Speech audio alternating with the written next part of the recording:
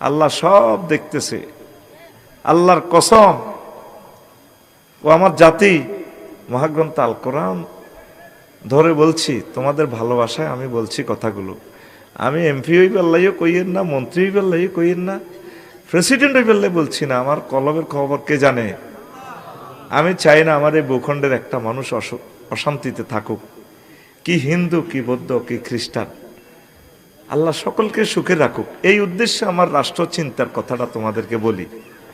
আর তোমরা ইচ্ছে মতো আমাকে ফেসবুকে সাইজ করো, আমি সব রবের কাছে এগুলা বলি।